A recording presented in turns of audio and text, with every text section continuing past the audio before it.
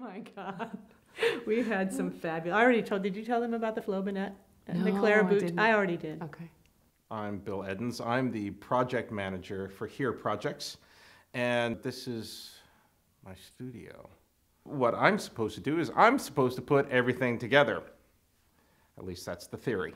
My name is Jennifer Girth, and I'm a clarinetist, and I play in the Duluth Symphony. I am Bill's wife, and we built this studio a few years ago just to have a space to record and to help musicians. I really have always wanted to do a recording. And when he asked me about a project that I wanted to do, I thought of the two people I would really want to play with. Two of my very best friends in the world play in the Duluth Symphony with me. One is Claudia, and she and I have been best friends since 1988. We met in grad school, and we played in a woodwind quintet together, and my dream always was to play in an orchestra with her, actually. I'm Claudia White. I play the flute. I've played in the Duluth Symphony with Jen for many, many years, and I freelance. It's what we all do. You take the work where you can get it and cobble together what is your life. Our oboist is Mike Dayton, and probably Claudia and I would agree he's the cutest one of the trio. And last night at rehearsal was various shades of green. Claudia and I told him to pack up his oboe and go home. Mike joined the orchestra 10 years ago. It was really funny because in his audition, as woodwind players, we sit in. And it's behind a screen, so you have no idea who's behind there. And out came this sound, this beautiful singing sound, and his musicianship is pretty extraordinary. And both Claudia and I looked at each other, and we were like, we want that person. Do I have a mic impression? I don't know, do you have a mic impression? I don't think so. I don't have a mic impression. I would have to be all neurotic and worried about my reeds. This one doesn't work either. I mean, he's you know, that's what oboists do. Trash. All three of these people have known each other for years, and it turns out that all three of them play in the same orchestra, the Duluth Superior Symphony Orchestra.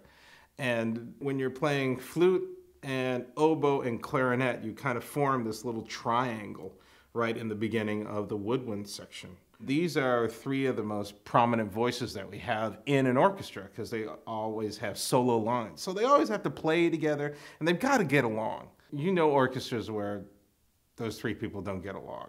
you can hear the difference. But these three, they get along, they're good friends, and now they want to record together. So it's going to be a lot of fun. We were talking in the car the other day about this. It becomes almost a different instrument when you play together so long. So for us, we're all the same voice. We're the same octave. If you're talking musical terms, we're all like the same area that you would sing in is where our instruments speak. But we're all three very, very different instruments. But when you combine them and you've played together as long as we have, it becomes like its own instrument, which we decided would be called the flobinette, or the claribout, I think, was the other one. There's not a lot of repertoire that's been heavily recorded for trio. So, you know, we have oboe, flute, clarinet, mostly trio stuff, but there's also going to be pieces for flute and clarinet and oboe, any sort of combination, and then the three of us with piano. And I think we'd each like to do a solo piece as well. We have to pay our sound engineer, producer, licensing fees for music sometimes, depending on what music we're using. If it's written in the last 75 years, then you have to give some money to, you know, the composer.